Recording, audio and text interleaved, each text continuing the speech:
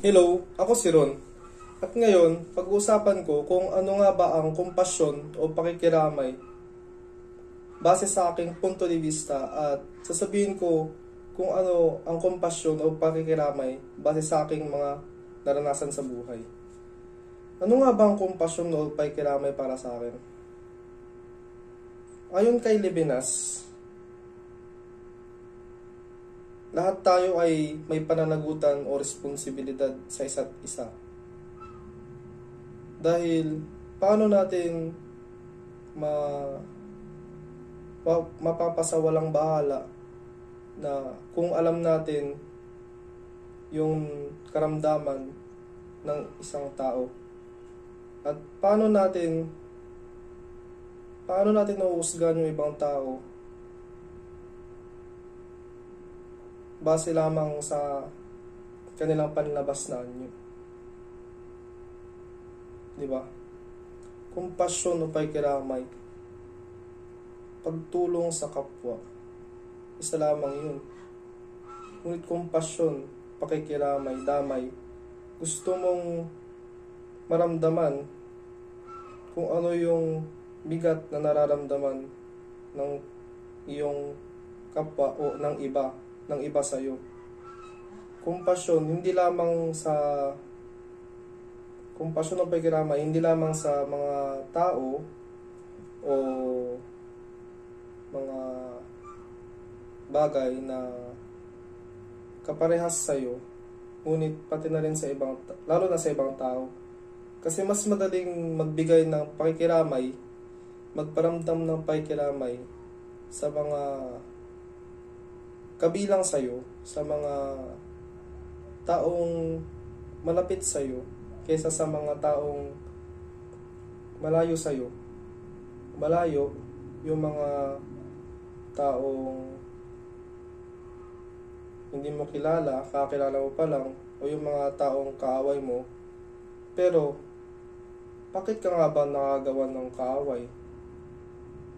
Hindi ba yung mga kaaway mo, sila yung mga taong parang mas iba sa'yo, yung mga pinaka-iba sa'yo, at yung mga malalapit sa'yo, yung mga taong mas may kaparehas sa'yo, mas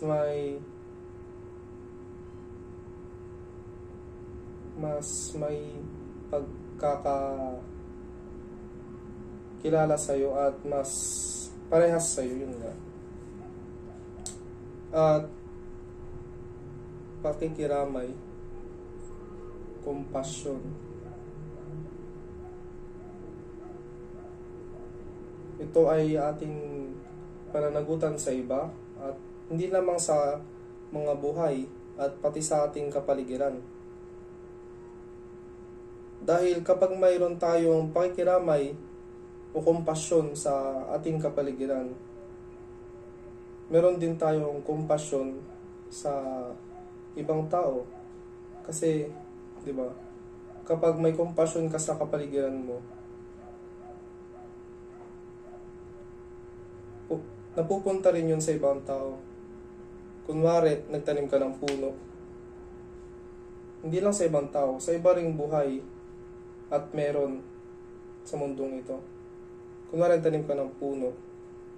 Pag lumago yun, maraming makikinabang.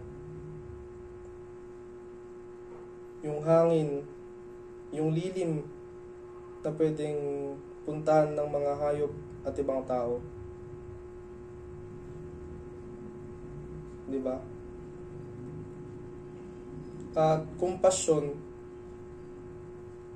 hindi lang yan na ipaparamdam sa ibang tao, ngunit pwede mo rin yan maramdaman sa iyong sarili. Diba kapag nagpaparamdam ka ng pakikiramay, parang gumagaan din yung pakiramdam mo kasi natutulungan mo sila. Parang nababawasan yung bigat, yung hilo mo kasi 'di ba parang nahihirapan ka rin na nakikita mo silang nahihirapan. Kasi likas sa ating tao na may pakialam tayo. Narinig ko pa dati, di ba? Isang paksa sa English. No man is an island.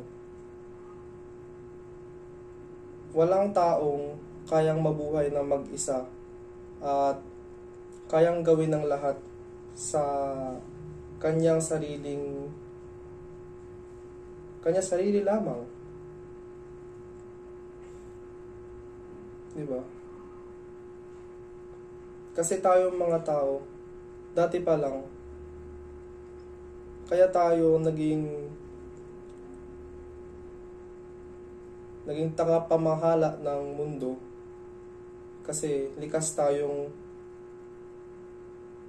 nakikiramay, likas tayong nagtutulungan, tulong, diba? Normal yun kung ikaw ay makikiramay sa ibang tao, sa ibang meron sa mundong ito. At yun lamang ang aking punto de vista at aking pagkakaunawa sa kompasyon. Ngayon, dumako naman tayo sa communal discernment. Kung ano ang papel nito sa pagpapalawak ng kompasyon o pakikiramay sa pamantasang Pan-Pasipiko na aking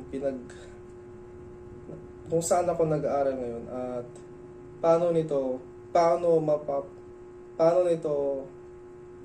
mapapabuti ang lagay ng buong mundo. Communal discernment. Sa aking pagkakaintindi, ito ay ang panghuhusga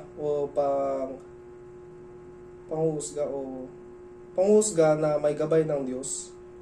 Discernment o tamang panghuhusga, tamang pagdedesisyon, communal na nakaangkop sa Diyos. Communal discernment, tamang pagdedesisyon na may gabay ng Diyos. Ito ay ating mapapabuti o mas mapapabuti kung tayo sa pamantasang Pan-Pasipiko ay magtutulungan. Kung tayo ay hindi magiging mapanghusga sa ibang tao. Kung tayong lahat ay mag-iisip muna bago tayo manghusga at magsalita sa ibang tao. Hindi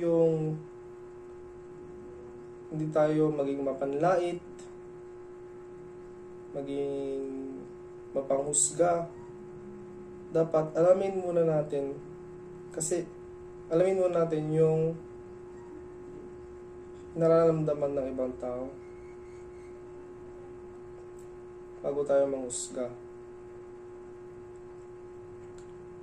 At hindi naman natin kayang makapagdesisyon ng mabuti nang hindi tayo ginagabayan ng Panginoon, ng Diyos na gumawa sa atin. Kaya mas magandang magsimba tayo kada linggo at ang CSS o ang Center for Student Success ay gumawa sila ng mas maraming aktibidad na nakapagpalaganap ng mabuting asal at pagiging